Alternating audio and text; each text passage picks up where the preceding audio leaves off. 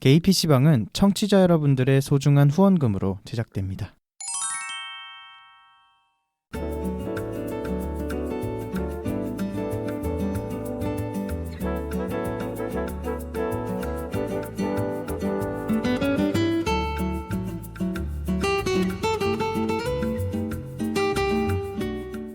일상을 살아가는 퀴어들의 랜선 놀이터 개피방 82번째 이야기 시작합니다.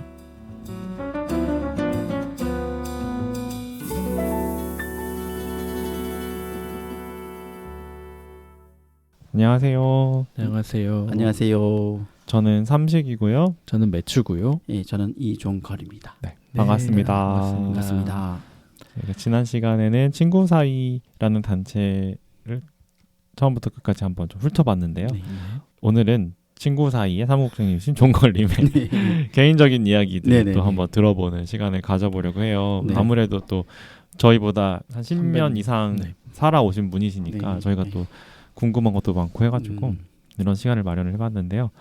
그 첫 번째 질문을 제가 드릴게요. 네. 당시에 되게 젊으셨을 때 한 20대, 10대, 20대 때 그때는 그 지금보다도 이런 성소수자 관련 자료가 훨씬 더 없었을 거 아니에요. 그렇죠. 예. 그럴 때는 어떻게 그 정체성을 인지를 하시고 음흠. 정체화를 하셨는지가 너무 궁금해요. 음흠. 네. 저는 좀 빠른 편이라고 저는 생각하는데, 네. 네.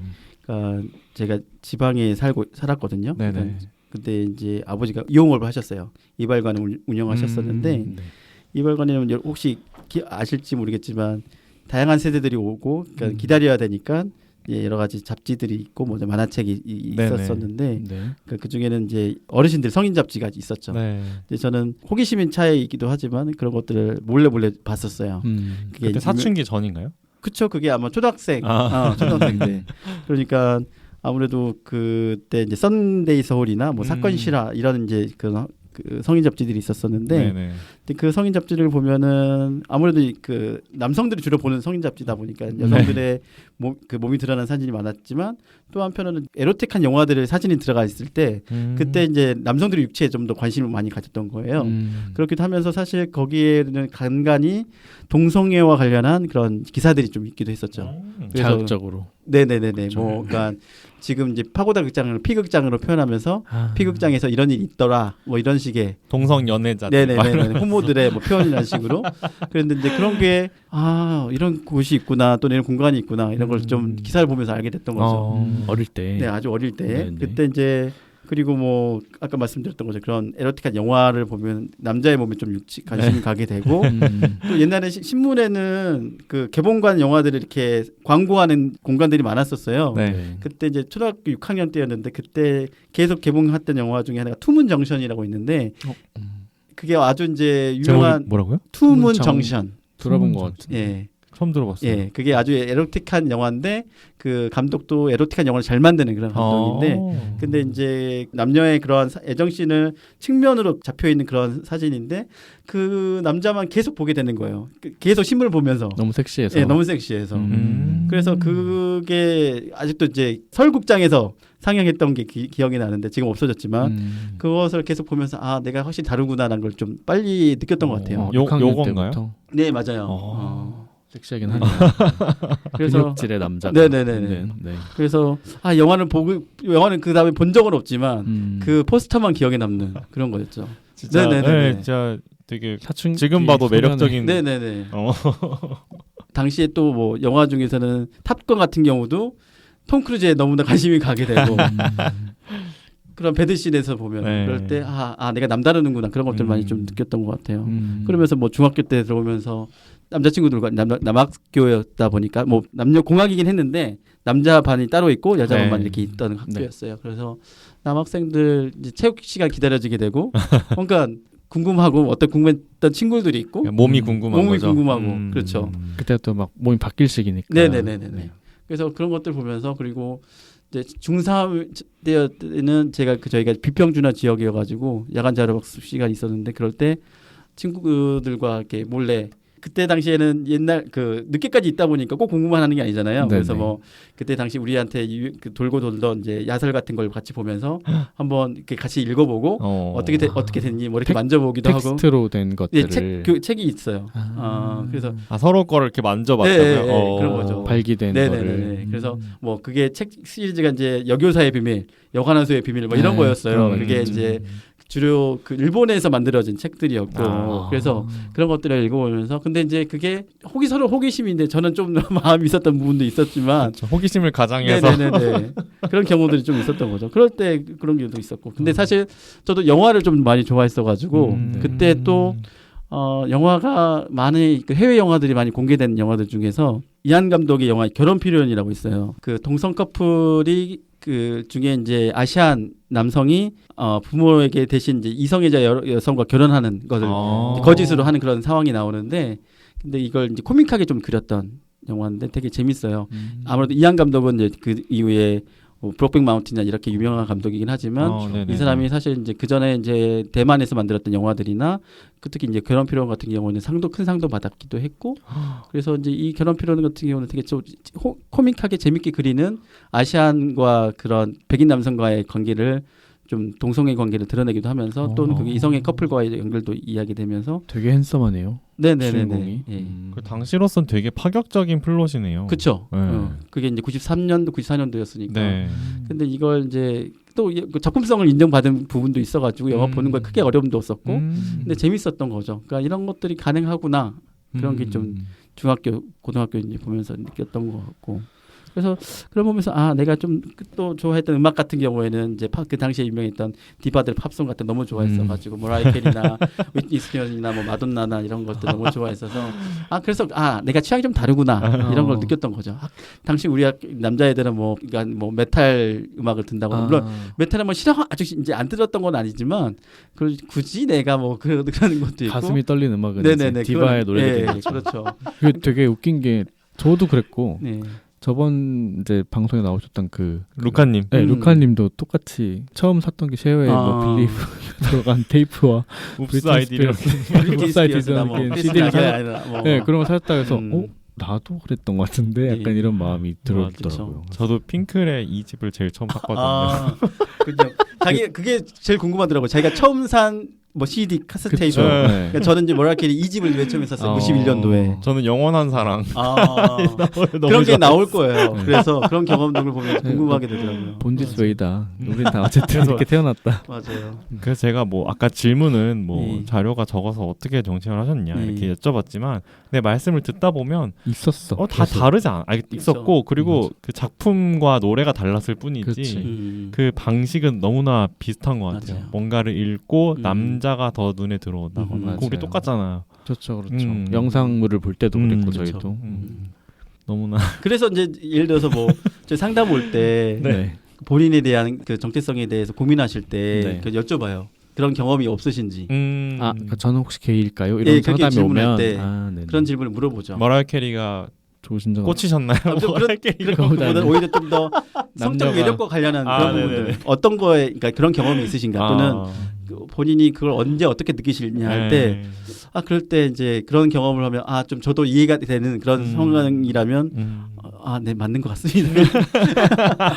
근데 얘기하는 경우가 있죠. 아까 잡지 말씀하셔서 저도 문득 방금 생각이 든 건데 그 옛날에 홈쇼핑 잡지 같은 게 있었어요. 그러니까 네. 방송이 아니고 잡지에 쫙 이제 막 근데 그거 보다 보면 맨 뒤쯤에 속옷 섹션이 언더웨어. 있거든요. 언더웨어 네. 섹션이 있는데 여자들 이제 대부분 이제 그 독자가 여자들이니까 그쵸. 여성들의 그런 속옷들이 쭉 있는 데는 별로 관심이 없고 맞아요. 남성들이 그 삼각 팬티를 입고 있는 그쵸. 그 모델 네. 샷들이 저를 약간 이렇게 맞아요. 저도 반응하게 생각나요. 하는. 그죠 보게 만들었던 게 있던 것 같고 그러니까 그런 순간들은 다 비슷하게 경험하는 것 같고 맞아요. 조금씩 어떤 텍스트가 다를 수는 있지만 맞아요.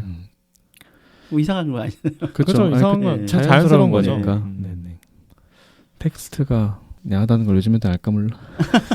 맞아요. 영상으로만 접해. 네네네. 맞아요. 아무튼 네. 그러면 이어서 좀 비슷한 결일 것 같긴 한데 네. 학창 시절에는 그럼 종걸님은 네. 어떤 아이셨을지 혹시 뭐 난 이런 거 좀 친구들이랑 좀 달랐던 것 같은데 이런 에피소드들이 있을까요? 네. 노래하는 걸 너무 좋아했던 것 같고 그런 디바들의 노래를 이렇게 따라 부르고 네네. 혼자 방에서 그걸 많이 했었던 것 같아요. 아. 그리고 엄마 옷을 막 입어보면서 그런 경우도 있었고 그렇게 이제 힐을 신어보고 막 이런 걸 해보기도 했었던 것 같은데 근데 이제 우연치 않게 중학교 때 2학년 때 가을 소풍 때 반 대표로 이렇게 노래를 부를 수 있는 기회가 생겼는데 네. 뭘 할까 고민하다가 제가 겁도 없이 또는 너무나도 이제 이상한 그러니까 어울리지 않는 노래일 수도 있는데 모라 캐리의 2집에 있는 노래를 하나를 했어요. 이 피스 오브 라는 노래인데 근데 이제 그 노래가 너무나 좀 느리고 이제 솔플한 노래예요. 네. 근데 그거를 나도 혼자 하기에는 어려우니까 카세테이프를 준비해서 현장에서 이제 그 노래를 틀고 이렇게 이제 거기가 아주 무슨 소나무 숲이 많은 그런 공간이었어요. 그런데 그걸 하고 난 다음에 사람들이 다 봉한 느낌이었어요.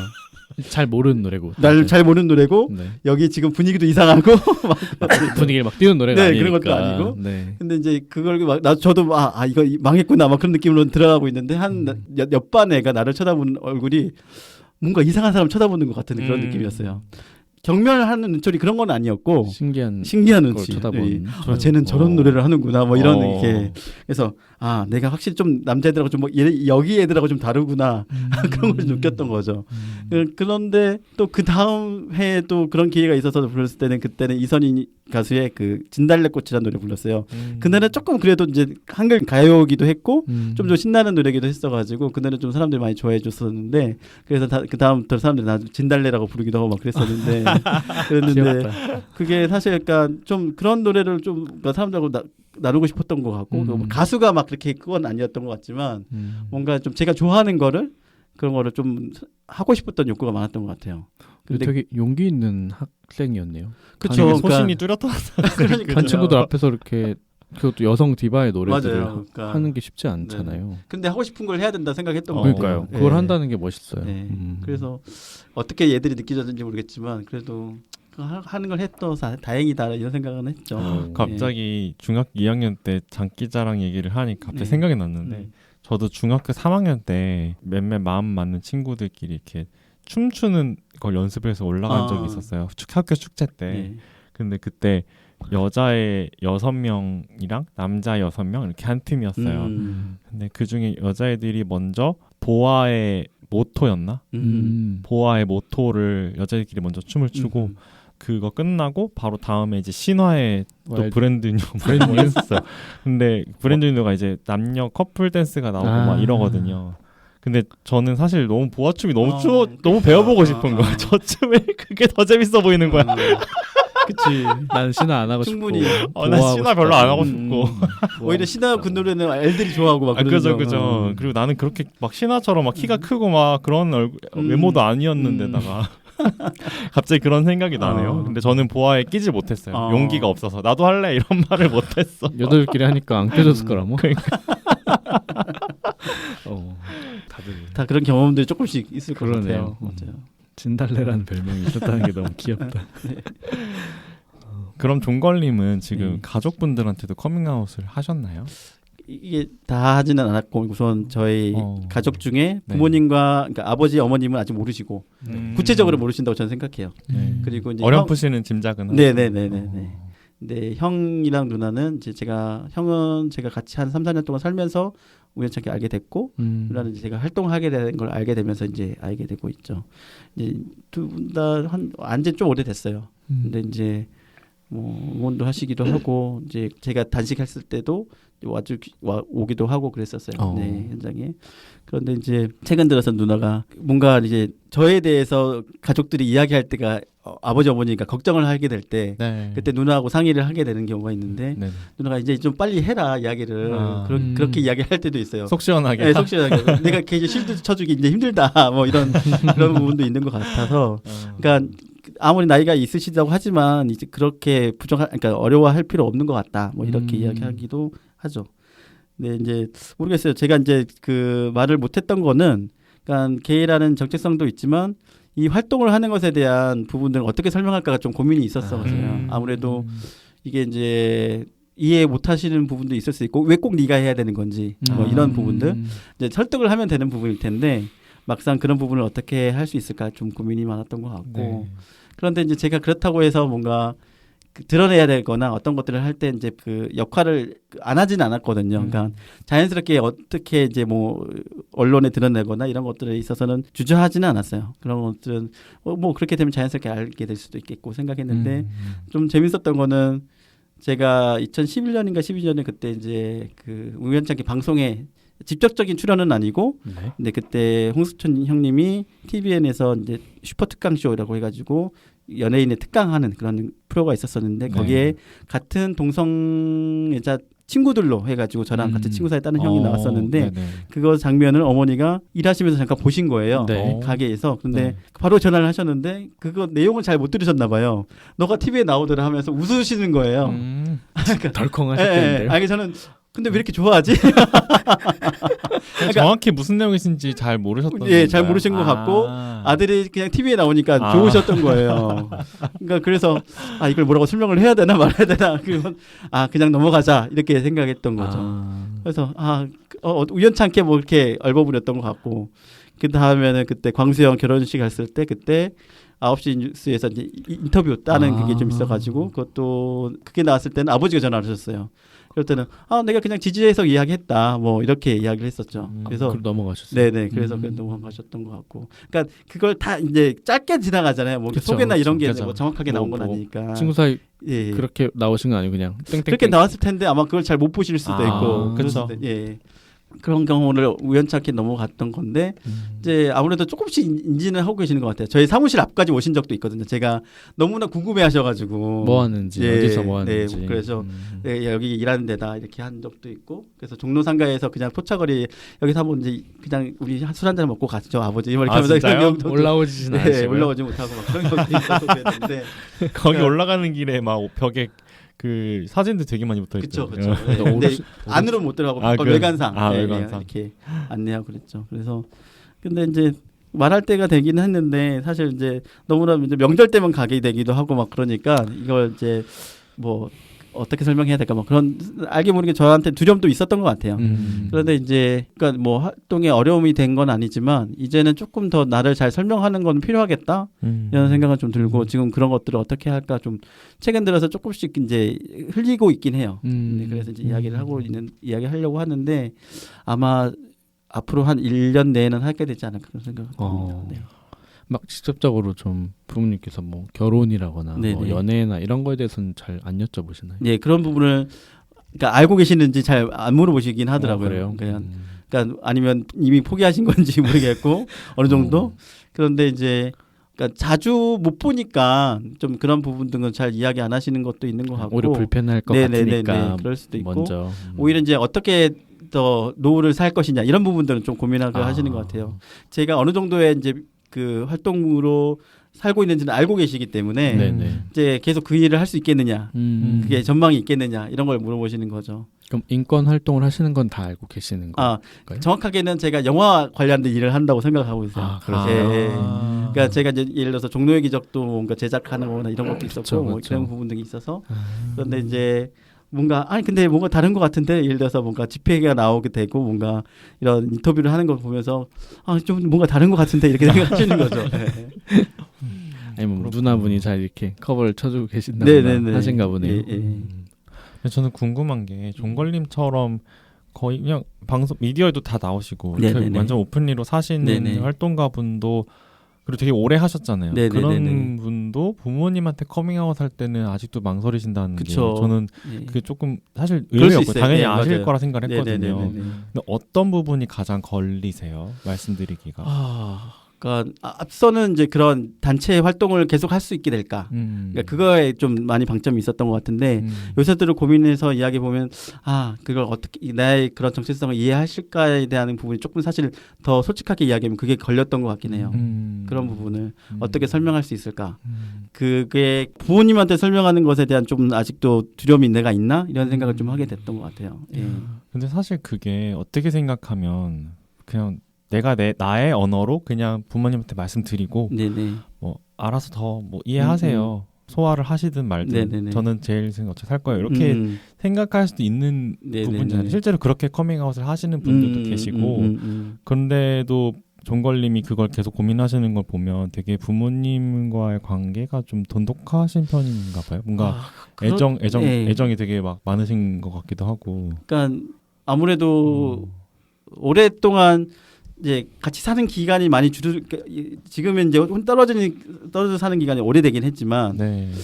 중소도시에 살고 계시긴 하는 분들이 그걸 어떻게 감당할 수 있을까 이런 불안이 좀 있었던 것 같고. 연세도 좀 있으시고. 네, 연세도 하니까. 있으시니까 또 한편으로는 저는 그거를 이제 그냥 저의 선택이니 더 이상 그거에 대해서 관여하지 말라고 말하기는 조금 부담인 것 같아요. 그런 부분은. 그런데 이제 어떻게 보면 활동가로서 활동하는 사람의 입장에서는 또 그게 어떻게 그럴 수 이해 안 될 수 있는 부분도 있다고 저는 생각하는데.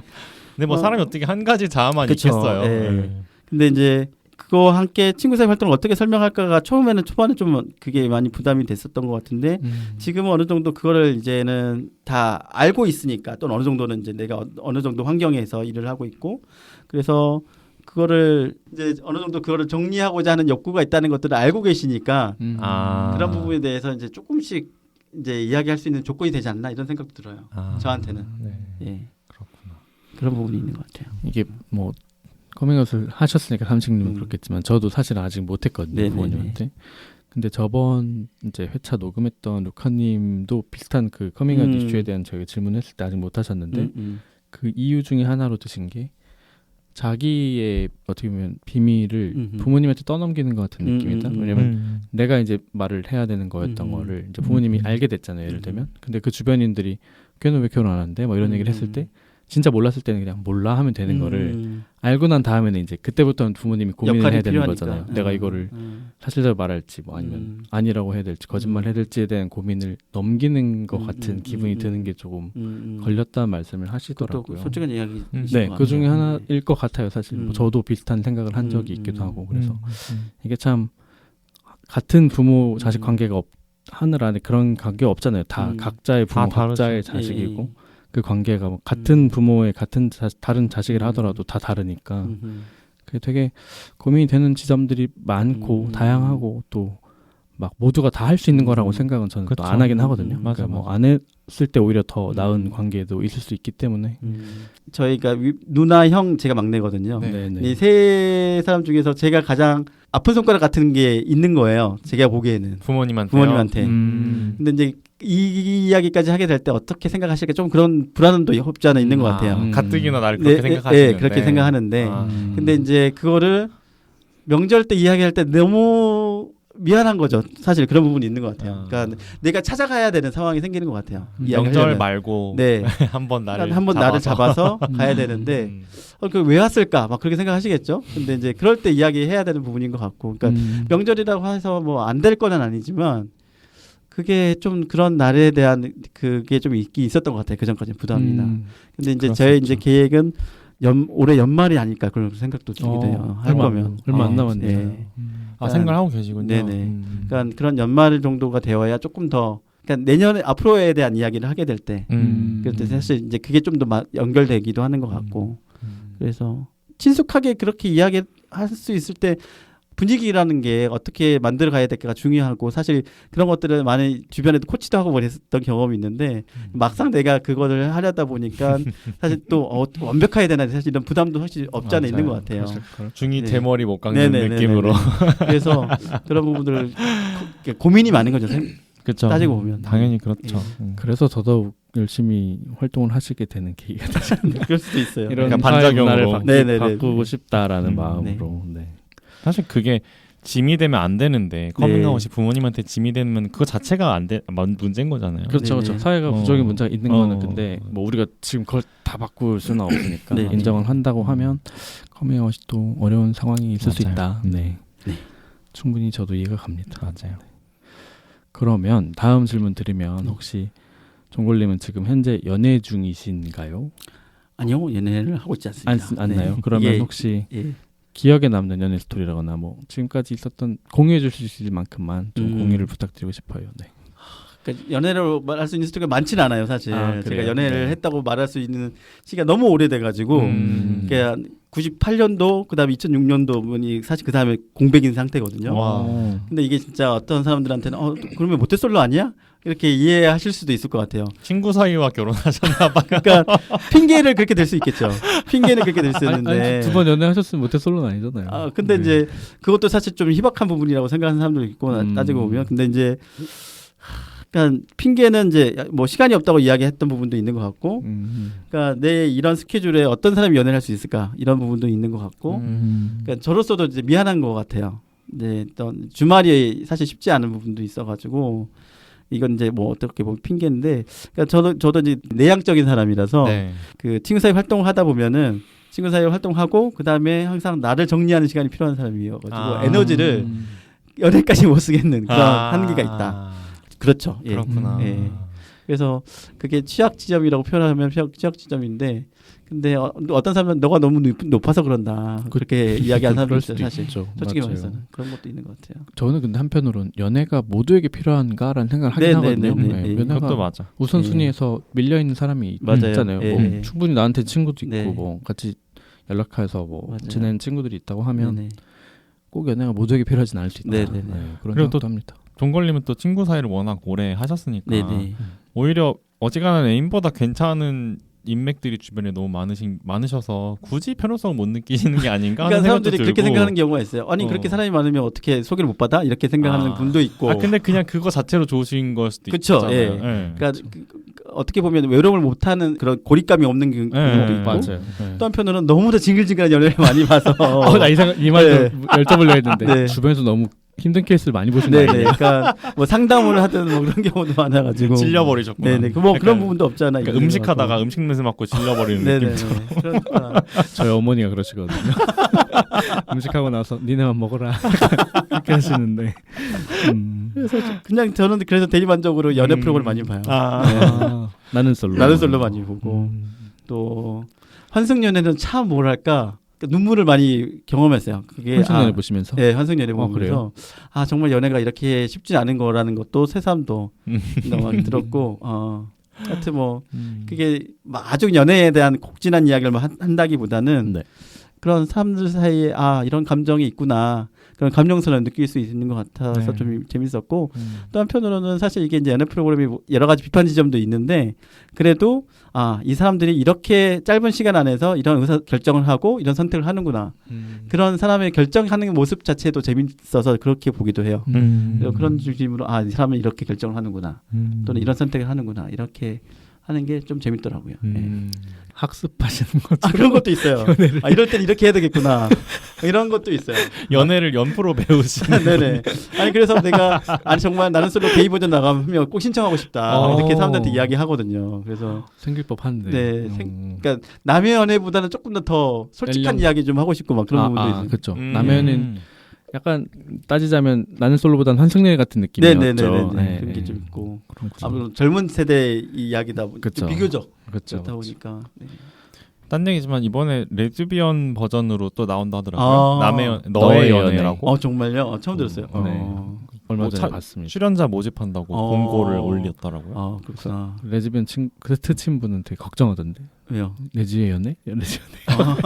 사실 저희들도 남의 연애 나온다 했을 때 좀 걱정했거든요. 누가 과연 나올까. 근데 또 많이 나왔잖아요. 근데 또 잘 됐잖아요. 네네네. 그래가지고 레즈비언 연애도 재밌지 않을까 기대하고 있습니다. 재밌을 것 같네요.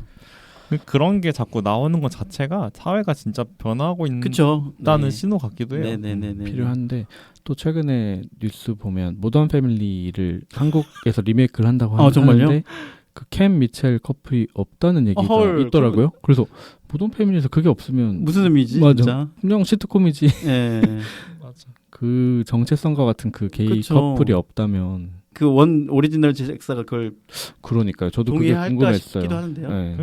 다른 캐릭터 다 살리는데 그 캐릭터 안 살리는 게 다른 캐릭터 다 살아 있어요? 그것도 모르긴. 근데 좀 그 주인공 누구지? 딸? 그 아버지 딸? 기억이 안 나. 그 첫째 미첼의 누나. 아무튼 그 친구 캐릭터는 뭐 이번에 바뀌는데 살짝 다르게 바뀌었어. 그러니까 뭔가 성격만 남아 있는데 막 백그라운드는 막 연애를 엄청 많이 해보고 막 어쩌고 저쩌고. 완전 한국화됐던데요. 살짝 다른 신호빈 것 같아서. 리메이크라고 보기 어려울 정도로 제목만 가져온 것 같은 느낌. 제목도 아니야. 빌런의 나라인가? 이상하네. 그러니까 왜 리메이크라고 하는지 좀 모르겠어요. 아예 어. 다른 것 같은데 아유. 가족이 나온다 정도가 공통점이죠. 아유. 거의 아쉽네요. 수준은 그냥 이런 거랑 비슷한 것 같아요. 여러 가지로 욕 많이 먹을 것 같은 느낌. 네, 그러게요. 네, 네. 여기저기서 욕 먹지 않을까. 일단 재미가 별로 없을 것 같아요. 네, 모르 네, 네. 봐야 알겠지만 네, 네, 모르겠네요. 네, 네. 네. 아무튼 그거 말고 대도시 사랑법을 보셔야 해요. 다, 오늘 내일인가요? 내일 공개되는. 네. 내일 공개돼요. 올라갈 땐 다 올라와 있겠죠. 녹음일 네네. 기준으로. 아무튼 나는 솔로 개번에 혹시 나오면 네. 꼭 종걸님을 네, 섭외해 꼭 섭외해 주시기 주시길. 바라면서. 저는 그 남 PD 그분하고 꼭 하고 싶어요. 누구요? 지금 나는 솔로의 PD님하고 아 지금 솔로의 PD님? 나는 솔로의 그 PD가 좀 유명한 왕 PD? PD인데. 그분이랑 출연을 하고 싶다고? 아니 그러니까 그분의 그분의 그 그분이 연출로. 제작하는. 예. 왜요? 그러니까 뭔가 그런 너무나도 이렇게 그 연애 프로그램에 자기가 고수인 것처럼 그렇게 보이는데 그걸 좀 더 잘 알려주고 싶은 막 그런 마음이 있는 거 봐요. 그러니까 어떤 게이 연애에 대한 이야기거나 그럴 때 종걸님 출연자로 출연하고 싶으신 것보다 연출을 하고 싶으신 아니 거예요? 그것 하기 출연자를 하는데 그래도 뭔가 이렇게 이야기하면서 좀 의견을 내고 싶고 그런 것 같죠. 넌 좀 바뀔 게 필요하다라는 네네, 지적을 좀- 하고 싶으신 거죠? 거기서도 인권 운동을 아니 그러니까 좀 뭐랄까 PD하고 좀 싸울 수도 있지 않을까 싶기도 하고. 목적이 좀 다르신 거예요. 출연. 알겠습니다. 기대가 됩니다. PD 개도 먹죠. 알겠습니다. 다음 질문 제가 드릴까요? 자 주제를 좀 바꿔서 네. 아까 전화에서 잠깐 이야기는 했지만 네. 요즘에 이태원이나 종로 이런 데 모습이 굉장히 달라지고 있잖아요. 맞아요. 특히 종로 3가가 정말 예전 같지 않다는 얘기가 정말 많은데 저도 많이 느끼고 음흠.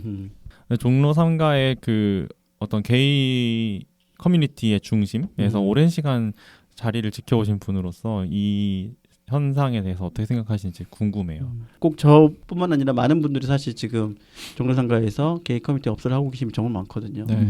그리고 오래 하신 분들도 너무 많고 음, 지금 아이샵의 김영구 소장님도 그렇고 지금은 인사동에 계시긴 하지만 네. 그래서 종로 커뮤니티 게이 커뮤니티 업소들에 있는 그 종로라는 정체성에 대해서 좀 많이 변화가 되고 있는 것에 대해서 네. 아쉬워하는 분들이 되게 많죠. 네네. 아무래도 이제 2000년대 중반부터 2010년대 사이에 그때 물론 업소 자체도 많았지만 그때 낙원동 포차거리 일대가 너무나도 게이들이 많이 네, 이제 그렇죠. 그렇죠. 방문했던 그때 완전 게이들밖에 없었잖아요. 거의 그 이제 완전은 아니지만 그래도 거의 그러니까 거의 그 밤 12시 이후에는 거의 그렇다고 봐야 된다고 생각해요. 맞아요. 일반 사람들은 이제 뭐 지하철 끊기면 바로 이제 그 전에 들어가고 그랬었지만 그 시간 이후에는 거의 그래서 게이 손님이 가장 많았고 우선 몇몇 가게가 우선 게이 손님을 받기 시작하면서부터 중심을 받기 시작하면서부터 그게 알려지게 됐고 그래서부터 거기가 포차거리가 조금 유명해졌던 그게 이제 2005, 6년대부터 이렇게 시작되다가 그게 그 지금 시즌이 가장 또 융성할 시즌인 거죠. 날씨가 네, 날씨가 포차들이 맞아요. 그렇대. 가을 날씨. 네네. 그래서 그런 것들을 잘 포착하신 이제 몇몇 이제 포장마차 사장님들이 게이들을 좀 더 잘 손님을 맞이하는 그런 경우들이 많았던 거죠. 그래서 이제 그런 것들 여러 해외에서도 많은 분들이 여기 여행으로 올 때 하나의 코스로 잡기도 하는 것 같았고, 그 게이 커뮤니티 구성원들이 거기서 번개도 많이 하고 그랬죠. 그래서 그때 사람들한테는 그러니까 새벽 한 대여섯 시까지 거기에서 있을 때 그런 여명이 오를 때 그 현장에 있을 때 그거 뭔가 오늘 할 일 했다는 그런 느낌처럼 재밌게 놀았다 이렇게 느낌을 받게 되는데 근데 그런 즐거움이란 것들이 이제 지금은 많이 그 없어졌죠. 가령 맞아요. 익선동의 재생 프로젝트가 이제 종로구 차원에서 이루어지게 되면서 익선동이 활발하게 되고 그 익선동이 그 다양한 가게들이 생기고 난 다음에 그럼 자연스럽게 이제 포차거리도 많이 알려지게 되고 네. 거기 고깃집 골목들도 많이 유명해지면서 네네. 여기가 이제 상권이 되게 이제 일반 이전보다- 중심. 그렇죠. 젠트리피케이션이 이루어진 거죠, 맞아요. 사실. 그래서 맞아요. 그런 것들이 여파로 포차거리에도 사실 그런 여파들이 생겼던 거죠. 음. 물론 이제 그 이후로 이제 그 우리들의 이제 농담으로 게이로스길이라고 이야기됐던 게로수길. 예, 게로스길 그런 부분들 거리가 있었잖아요. 네. 그쪽도. 그래서 이제 지금은 그쪽이 많이 또 흥하기도 하지만 근데 거기도 여파가 없었던 건 아니죠. 이렇게 몇몇 없으면 또 바뀌기도 하고 그랬던 맞아요. 거죠. 맞아요. 어떤 아쉬움인지가 잘 드러나는 게 중요한 것 같아요. 그러니까 물론 지금 어제도 제가 이제 그 늦은 시간까지 그 토요일 밤 사이를 지나가다 보면 그래도 밤 사이에는 게이들이 조금씩 더 이제 그래도 나오는데 이게 어떠한 불편함을 느끼는 건지 또는 우리가 어떤 공간을 필요로 한다는 건지 이게 좀 모호한 부분은 확실히 있는 것 같아요.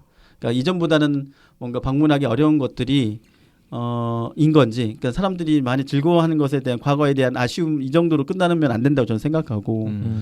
근데 이제 많은 분들이 또 한편으로는 코로나 때나 그럴 때 보면서 느꼈던 거는 왜 거기에 나가서 늦게까지 노느냐 이렇게 이야기하는 사람도 있었거든요. 이런 그 위험한 시기에 또 그런 부분도 있었고. 게이 커뮤니티 내부에서도요. 네네네. 또 한편으로는 우리 공간 그렇게 드러내는 게 뭐가 좋냐. 우리 드러내지 않고 좀 더 우리끼리 잘 놀 수도 있는데 이런 부분도 없지 않아 있고. 근데 저는 그런 게 그렇게만 숨고만 있는 게 어떻게 도움이 될까 싶기도 하고. 사실 그 지역은 정말 다양한 공간이거든요. 그러니까 상업적으로는 보면 국악로도 있고 보석 상가들도 있고 또 낙원 악기 상가들도 있는데 이런 상가들은 상가들만의 그런 특색을 살려서 문화를 만들고 있거든요. 네. 그래서 그게 이제 종로, 그러니까 지금 10월 달에 많은 행사를 하는데 국악로 축제나 또 보석 관련 축제를 한다거나 그런 이제 거리 축제를 좀 하고도 있거든요. 네. 왜냐하면 그분들은 이제 상업이 확실히 존재하니까 그 낮에 존재하는. 맞아요. 그런데 우리도 없는 건 아니거든요. 근데 네. 우리는 이제 밤에 주로 활동하는 업소들이 많고 뭐 친구 사이 같은 경우는 그래도 이제 낮에 뭐 활동을 하긴 하지만 저는 이제 그런 것들을 어떻게 드러낼까 이제 고민을 하는 게 더 중요하다. 그러니까 이 공간을 어떻게 우리가 활용하고 있고 지내고 있다는 것들을 사람들이 다 알면서도 그걸 어떻게 드러낼까를 잘 말하지는 못하고 있는 게 좀 아쉬운 상황인 것 같고 친구 사이로서도 저도 고민인데 그런 것도 어떻게 좀 잘 드러낼 수 있을까. 가령 많은 분들이 이제 대만의 홍루를 좀 시몬딩 거리나 네. 홍루를 많이 비교하는 부분도 없지 않아 있는 것 같고 샌프란시스코의 카스트로 거리처럼 있기도 할 텐데 종로 상가 그 송해길 같은 경우에는 이제 알게 모르게 게이 업소분들이 일반 업소를 하시는 분들이 많이 게이 사장님들이 일반 업소를 운영하시는 곳도 있어요. 네네. 꽤 그렇게 많이 들었어요. 있어요. 예. 그러면 좀 더 이렇게 목소리를 낼 수 있는 또는 방식기에 대해서 고민할 수는 저는 있다고 생각하는데 충분히 거기에 종로구청에 위협적일 수 있다고 저는 생각하거든요. 세금을 내고 있는 거니까. 그렇죠. 그러니까 그런 부분들은 어떻게 어떤 방식으로 이제 좀 드러내면 좋을까? 이런 것들을 잘 이야기하는 게 이제 앞으로 필요하지 않겠다는 생각이 들어요. 근데 그분들 입장에서는 또 어쨌든 본인의 생업이 직결된 거라 네. 내가 퀴어고 내가 퀴어를 지지한다. 이런 거를 뭔가 본인의 가게에다가 네. 전면적으로 내걸었을 때 네네.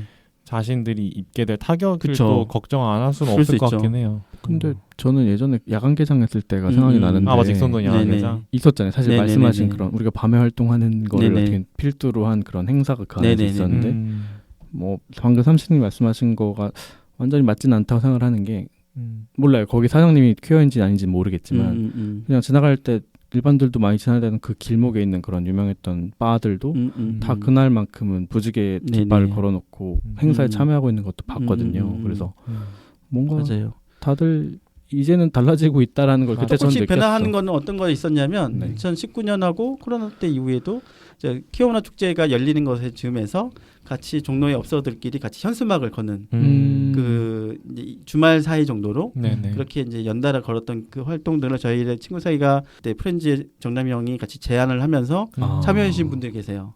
이제 그런 방식이 현실적으로 지금 가능한 부분이긴 그렇죠, 하거든요. 그렇죠. 목소리를 그런 데서 낼 수 있는 네네네네. 거죠. 그래서 저는 이제 그럴 때 그런 목소리를 이제 여러 가지 이제 우리의 중요한 기념하는 그런 축제 때 그 가게들도 계속 뭔가 드러낸 것도 필요하겠고 또는 우리를 지지한다고 예를 들어서 우리가 자주 가는 일반 업소들 그러니까 이게 꼭 게이 사장님이 아니더라도 네. 그런 곳을 방문하는 사실 여러 가지 일반 업소도 있거든요.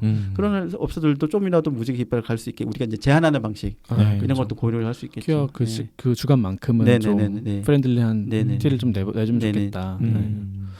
그러게요. 상상할 수 있겠죠. 네, 그렇게 되면 너무 좋겠습니다. 그러면 선배님으로서 종걸님은 갓 데뷔하는 20대 게이들에게 혹시 하고 싶은 말씀이 있으신지 아니면 저희 같은 30대 게이들한테도 후배들한테 좀 이런 건 좀 말해주고 싶다 그런 게 있으실까요? 네. 근데 저도 아직 젊은 사람이라고 생각하고 네, 죄송합니다. 아니 저희보다는 선배님이시니까. 그러니까 뭐라고 한마디 할 수 있을까 싶긴 한데 네. 그런 나이가 싶기도 하고 근데 이제 좀 더 한다면 아무래도 이제 게이로서 살아가는 그런 삶으로서 많이 자기가 원하는 걸 하시면 좋겠다. 연애도 하시고 섹스도 많이 하시고 자기가 좀 정체화가 늦었다면 그걸 되게 아쉬워하는 분들 많이 계시거든요. 내가 조금이라도 먼저 알았다면 더 많은 남자를 만날 수 있었을 텐데 이런 아쉬움이 이야기하시는 분도 되게 많아요. 사실. 한 10년만 일찍 데뷔했으면 네네네네. 이러면서. 그러니까 저는 그걸 뭐 지금이라도 늦지 않았다. 좀 더 이렇게 적극적으로 표현하시고 하셔라.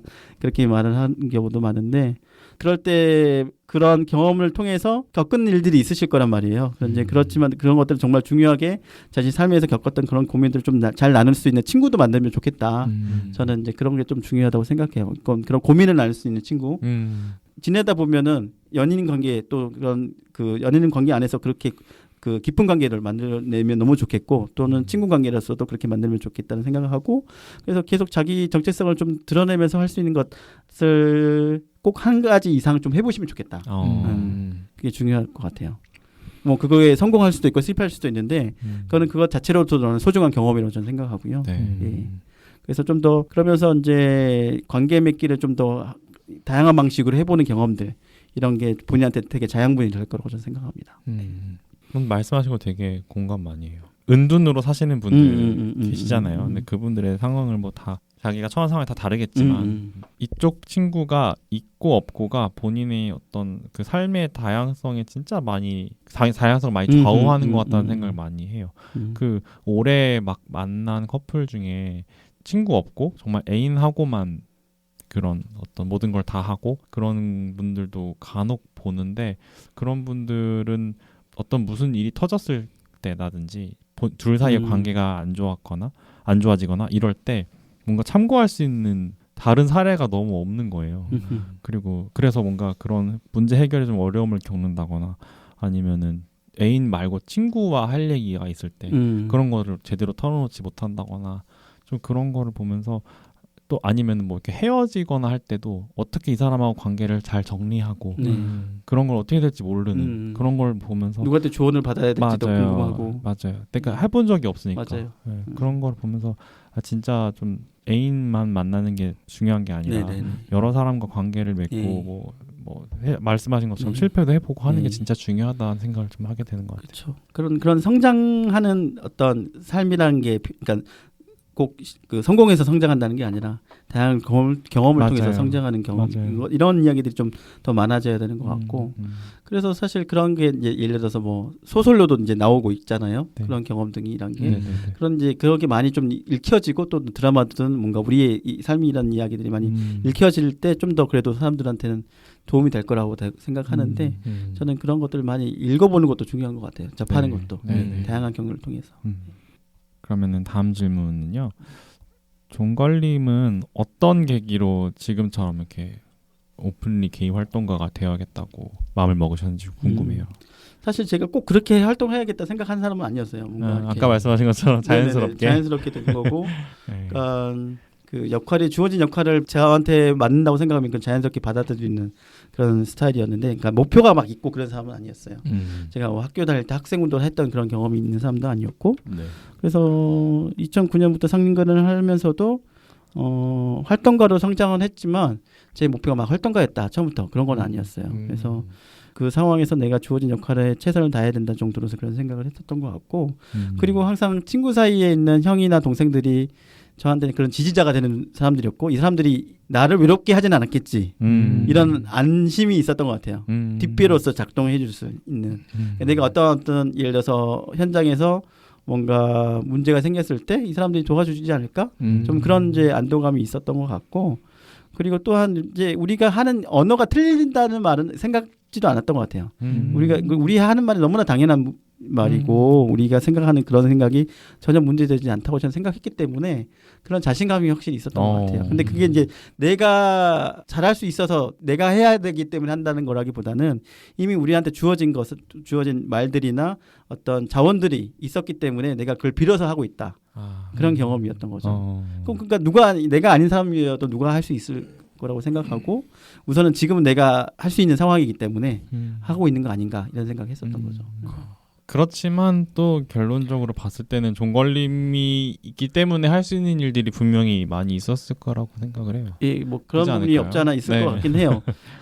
그게 꼭 그걸 부정할 필요는 없다고 저는 생각하고. 그럼요. 예. 겸손하게 말씀을 하시지만 네. 사실은 저희도 다 어쨌든 여러 가지 덕을 봤다. 종걸님이 앞서서 활동해 주신 덕분에 그렇게 긴 시간 동안 활동가로 지내신다는 게 정말 쉽지 않은 일이라는 거 너무 저도 간접적으로 봐서 알기 때문에 너무 대단하신 것 같아요, 진짜. 그럼 그렇게 활동을 친구사에서 많이 하시면서 혹시 가장 힘드셨던 때나 반대로 보람을 가장 많이 느끼셨던 때가 있을까요? 사실 여러 가지가 있긴 한 것 같은데 네네. 아무래도 최근의 이야기로 하면 될 것 같은데 그 2019년 말에서 2020년 사이에 친구 사이에 성추행 건과 관련한 이제 회원 징계 건이 있었어요. 내부에서. 예, 내부에서. 사실 이제 이런 징계 절차를 밟은 게 친구 사이 조직 역사상 처음이었거든요. 그러니까 그거를 이제 직접 담당해야 됐고 또는 같이 이제 회원들을 의사를 이렇게 모아서 결정을 같이 해야 되는 그런 부분이었는데 네. 그게 너무나 힘들었고 사실 이제 또 그것을 같이 이행하는 과정이거나 또는 그 이후에 그것들을 계속 또 다시 이야기해야 되고 해야 되는 과정들이 좀 쉽지 않았죠. 그러니까 아무래도 누군가를 징계한다고 한다는 거는 좀 더 판단을 한다는 거고 그렇게 중요한 건 결국 인권의 원칙을 근거해서 해야 하는데 네. 그것을 다 이해시키기는 쉽지 않더라고요.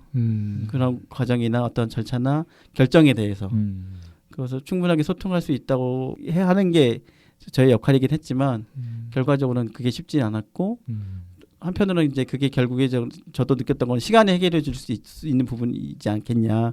내가 다 할 수 있는 것도 아니고 또는 그거를 나의 책임으로만 너무 부담을 갖지 말고 그런데 이제 개인적으로 좀 많이 이제 힘들었던 부분 등은 이제 그걸 연결된 사람들이 있기 때문에 그래서 이제 그런 게 가장 좀 힘들었던 것 같아요. 그런데 이제 또 그런 그 힘든 시기에 그 이제 코로나 상황이 있었었는데 하필이면 그 코로나 시기에 어떻게 좀 더 이런 이걸 잘 할 수 있을까 그런 고민이 있던 시기에 그런데 코로나19가 특히 이제 이태원 클럽발 집단 감염 상황이 터지면서 이걸 또 적극적으로 우리가 해결해야 되는 부분이라고 또 이제 회원들 같이 의사가 모이기도 했고 그런 의사들 모이면서 이제 서울시 만나고 그때 킴님 대표였어가지고요. 그랬다고 같이 들었어요. 적극적으로 이제 그러한 대응을 했었고 그러면서부터 이제 친구사회뿐만 아니라 다양한 성소운동 단위나 에이즈 운동했던 단위들이 적극적으로 대응 본부 마련해서 계속 전화 상담하고 또는 이제 인권 침해 상황 부분들에 대한 문제 제기하고 언론에 대해서 또 문제 제기하고 이런 과정들을 한 달 사이에 너무나 적극적으로 활동했었던 게 있었거든요. 그럴 때 이제 사실 인권 운동 단체가 필요한 경우는 정말 힘들 때 그리고 그렇죠. 어떤 상황이 생길 때 더 맞아요. 적극적 역할을 한다는 것들을 좀 그때 좀 다시 확인했던 것 같고 우리 커뮤니티 구성원들 너무나 착한 사람들이에요. 제가 봤을 때는. 그러니까 사실 그 국가가 필요한 이야기들을 그래도 적극적으로 많이 잘 따르고 또는 그런 꼭 국가가 해서뿐만 아니라 우리 커뮤니티를 위해서 더 적극적으로 참여해 주셨던 그게 보였거든요. 네. 저는 그런 것도 보면서 너무나도 좀 더 그 잘 그래도 연결이 잘 돼 있구나라는 거 새삼 좀 확인했었던 부분인 것 같아서 그때 좀 보람을 좀 많이 느꼈던 것 같아요. 힘든 시기이긴 했지만. 네. 힘들 때 오히려 또 보람을 찾으셨네요. 그런 부분이 있었죠.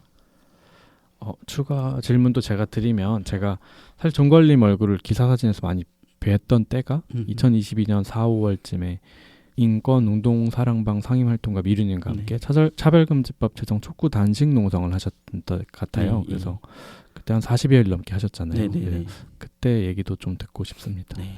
이게 2022년 4월, 5월 사이였는데 사실 이게 이제 차별금지법 제정 운동이 그 2017년 이후부터 재출범을 하게 되면서부터 저희 차별금지법 제정연대가 그러면서부터 싸움을 계속 제정운동에 대한 목표를 가지고 계속 그 활동을 많이 이어져 왔죠.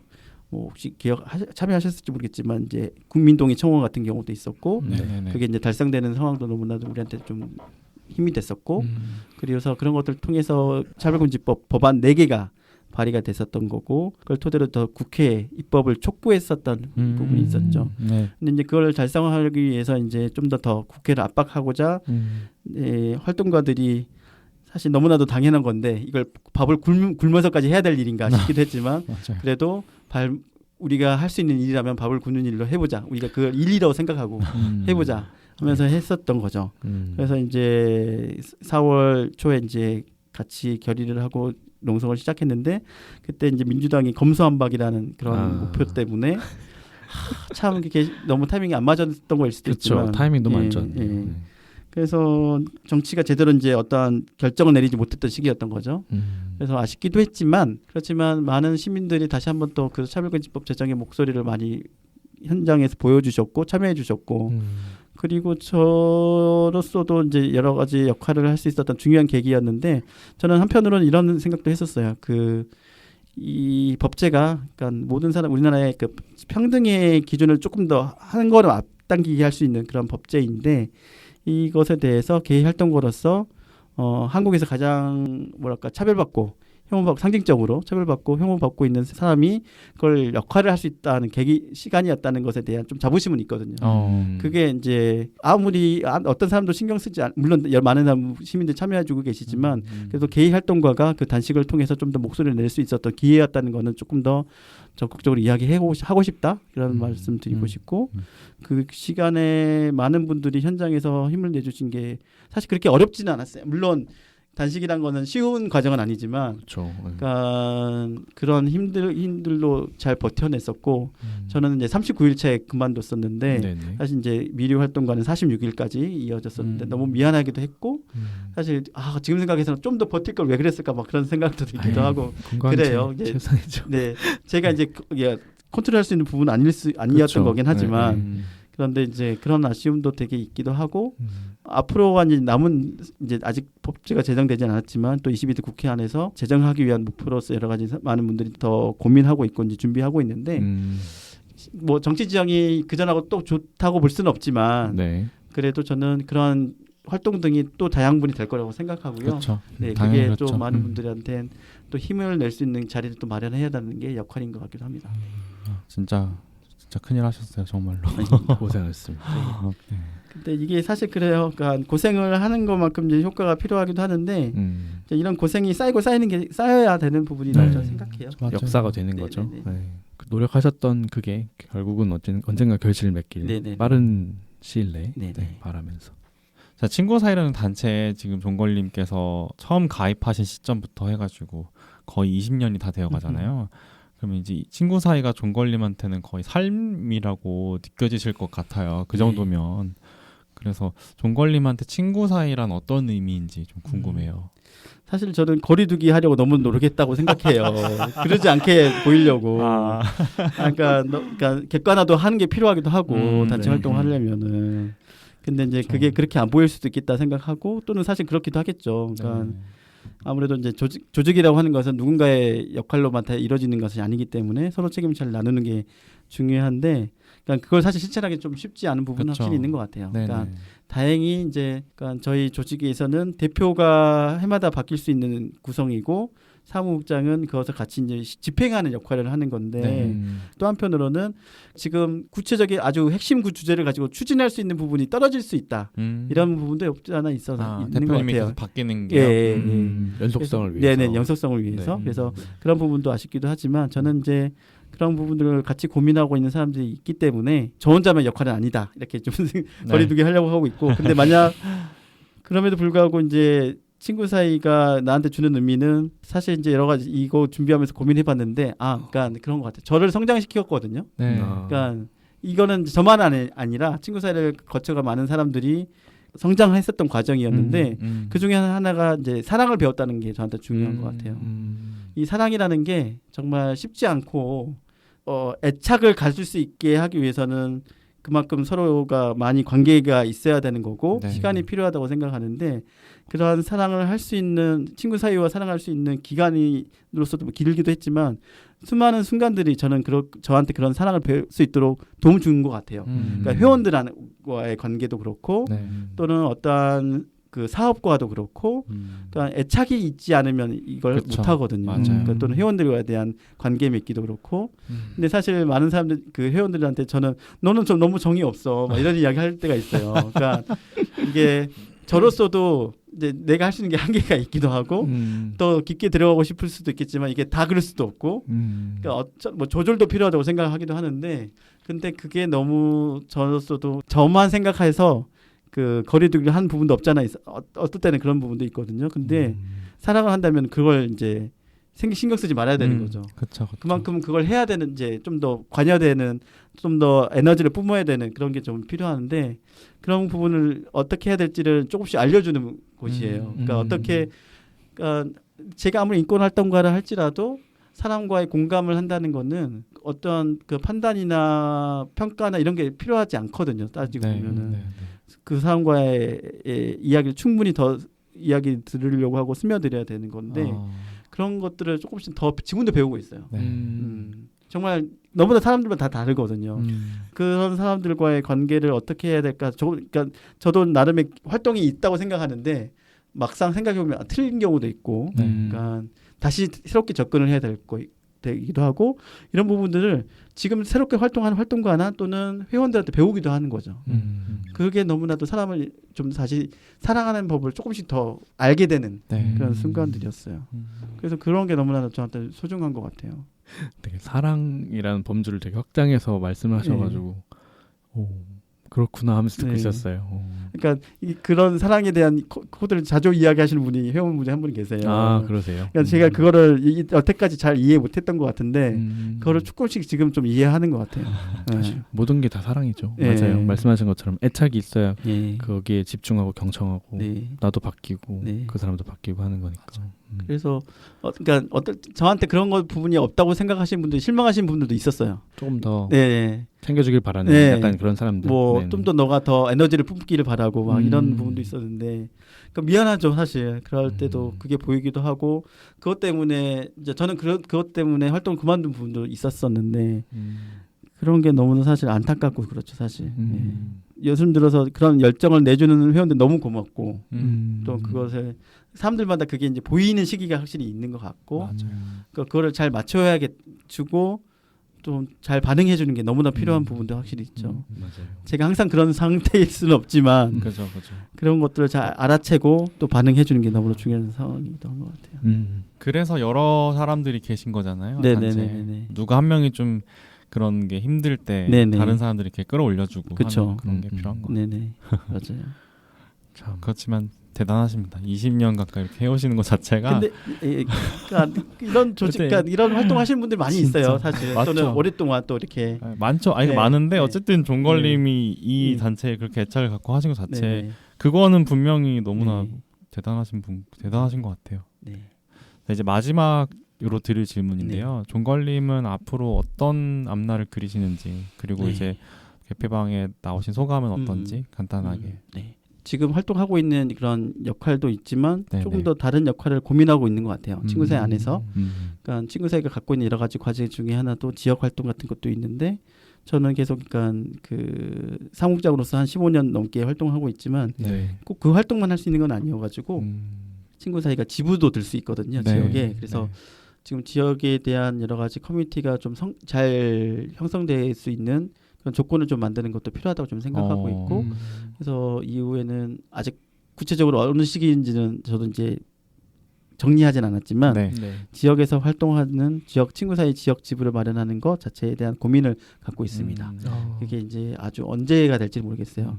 근데 서울을 이제 거의 인생의 절반 이상 서울에서 살고 있는데 근데 그 시기에서 좀 다른 도시로 좀 가고 싶다. 네. 이게 좀 고민이 되는 것 같고. 그 약간 개인의 소망인가요? 아니면 좀 약간 활동가적인 그런 소망이 먼저긴 해요. 소망이 먼저. 소망이 그럼 먼저. 다행입니다. 네. 저는 약간 혹시라도 우리나라 지역 발전을 위해서 약간 이런 그런 식이신가 느낌은 소망이 싶어서. 먼저긴 해요. 아 그러면 네. 네. 그러니까 원하는 도시가 있는데 그 도시가 네네. 너무나 저한테는 좀 애착이 가는 느낌이 있어요. 네네. 그래서 그 도시가 또 활동적으로 필요한 맥락도 없잖아 있거든요. 네. 그래서 그런 점에서 가고 싶다는 욕구가 있습니다. 네. 그래서 이런 친구 사이에서 받는 사랑을 좀 잘 나누는 것도 좀 필요하겠다는 생각하는 것 같아요. 네. 멋진 그리고 이제 계획입니다. 네. 소감을 네. 마지막으로 말씀드리면 오늘 출연해주신 그래서 소감 한마디. 저는 그러니까 어제 이렇게 질문지를 이렇게 하루 종일 이제 외부 활동하면서 이제 계속 쓰고 있었었는데, 그러니까 바쁘셨네요. 예. 그 정리하면서 내가 친구 사이가 어떤 의미인가를 좀 잘 생각하게 된 시간이었어요. 저로서도. 네네. 네. 인터뷰를 위한 답을 하는 건 좀 아닌 것 같다고 생각하면서 좀 고민을 했는데 생각해 보니까 아까 그 사랑이라는 이야기도 그러니까 내가 받은 게 확실히 사람들한테 받은 그게 사랑이고, 근데 그 사랑을 표현하고 좀 잘 나눌 수 있는 것들도 나의 역할인 것 같은데 그런 것을 좀 잘 고민하게 되는 계기였어요. 이 시간을 하면서. 그래서 저한테는 너무 중요하고, 최근에 제가 이제 간단한 심리 상담을 받은 적이 있는데 그 상담 선생님이 종걸님을 잘 챙기십시오 그런 이야기를 하셨거든요. 스스로를 챙기라고요. 네, 네. 근데 그게 이제 친구 사이를 분리하라는 부분도 없지 않아 있을 것 같기도 하지만 저는 그게 이제 또 하나는 그러니까 내가 정말 하고 싶은 거, 내가 정말 챙기고 싶은 거는 내가 정말 내 이름으로 하고 싶은 것도 고민하는 말씀 같기도 하고, 근데 그게 친구 사이에 지금도 분리되지 않겠다는 생각이 드는 거예요. 네. 그만큼 받은 게 있는 거니까. 그래서 그것을 잘 내가 나를 잘 챙길 수 있으면서 할 수 있는 게 뭘까? 그걸 이제 고민해야 되는 시간인 것 같고, 오늘 이걸 정리하면서 그런 생각이 좀 들었어요. 그래서 그게 너무 기회를 주셔서 아닙니다. 감사합니다. 감사합니다. 이게 그냥 친구 사이 알고 싶다는 생각만 많았던 것 같긴 한데 또 한편은 저와 연결되는 그런 연결성을 좀 잘 찾게 해주셔가지고 도움이 됐어요. 저희도 뿌듯하네요. 그렇게 말씀해 주셔가지고. 그러니까요. 네. 가끔 이렇게 나오신 분들이 스스로를 돌아보는 시간이어서 네. 이렇게 말씀해 주실 때가 있어서 저희도 일단 배우는 게 있는 시간이고 그분들에게도 의미 있는 시간인 것 같아서 네네. 너무 뿌듯하네요. 네네네. 청취자분들도 비슷한 느낌을 받으셨으면 좋겠어요. 네네. 뭔가 마무리가 되게 사랑이라는 키워드로 이렇게 된 것 같아서 너무 좋네요. 훈훈하네요. 네. 진짜 오늘- 사랑도 생겼으면 좋겠습니다. 빨리 나는 솔로 게임 버전. 그러니까 오늘 진짜 꽉 찬 시간을 보낸 것 같아요. 네, 진짜요. 아유, 녹음 고생 시간을. 많으셨습니다. 네. 나와주셔서 너무 감사드리고요. 네네네. 네. 초대해 주셔서 네, 감사합니다. 앞으로 또 네. 오며 가며 많이 뵐 것 같아요. 네네. 여기저기서. 네네네. 됐으면 좋겠네요. 네. 그러면은 청취자분들도 되게 저희처럼 유익한 시간이 되셨기를 바라면서 네. 저희는 아마도 이건 다음 방송 예고인데 대도시의 사랑법 영화도 나오고 최근에 드라마도 나오고 그리고 소설도 원작이 있잖아요. 저희가 그거를 한번 이렇게 좀 다 같이 리뷰를 해보는 시간을 가져보면 어떨까 하고 계획은 세우고 있어요. 다음에 정말 할 수 있을지 모르겠지만 재밌겠네요. 네. 혼나는 거 아니야? 누구한테 혼나? 팬들한테. 우리도 네. 팬이잖아. 네. 우리의 의견도 있지. 맞아. 당당하게 이야기해 주시면 네. 네, 알겠습니다. 자 그러면은 저희는 다음 방송에서 뵐게요. 네. 오늘 또 들어주셔서 감사합니다. 감사합니다. 안녕히 계세요. 안녕히 계세요. 안녕히 계세요. 오늘의 PC방 이용료는 좋아요와 구독으로 받겠습니다. 감사합니다. 고생하셨습니다.